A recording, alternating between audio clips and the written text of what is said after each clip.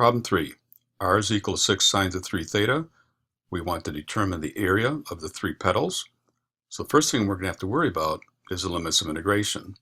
So we're going to set sine of 3 theta equal to 0. So it's going to start off in the middle of the graph.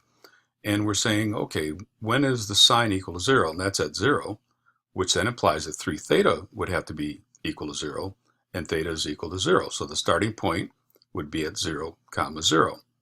Then the next place where the sine is equal to 0 is pi. So we need to set 3 theta equal to pi, divide by 3, and theta is equal to pi over 3. So we know our limits of integration are going to be from 0 to pi over 3 for one of the petals.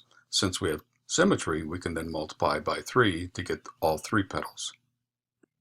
And then we use the formula for area. Area is equal to 1/2 the integral from alpha to beta of r squared d theta.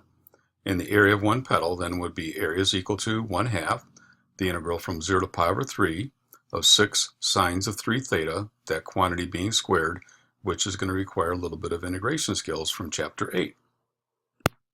So the first thing we'll do is square 6 sines of 3 theta to get 36. Pull that out front, so we have 1/2 times 36, and we have the integral of sine squared of 3 theta d theta, and take 1/2 of 36 to get 18. We have 18 integral of sine squared of 3 theta.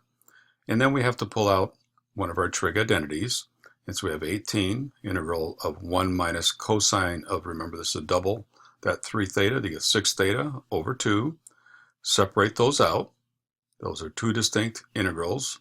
1/2 times 18 is 9. 9 of integral of 1 d theta.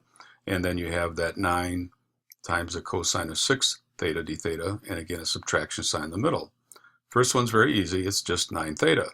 Second one's going to need a u sub, so u is 6 theta, du is 6 d theta. And finishing up, we put a 6 on the inside, put a dividing by 6 on the outside, so we get 9 theta minus 9 6, integral of cosine of 6 theta, 6 d theta, which allows us to use our u substitution. We get 9 theta minus 3/2 times the cosine of u du, which is 9 theta minus 3/2 sine of u, and we get 9 theta minus 3/2 sine of 3 theta being evaluated from 0 to pi over 3. And we get a solution of 3 pi, but don't forget to multiply by 3 because that's the area of one petal.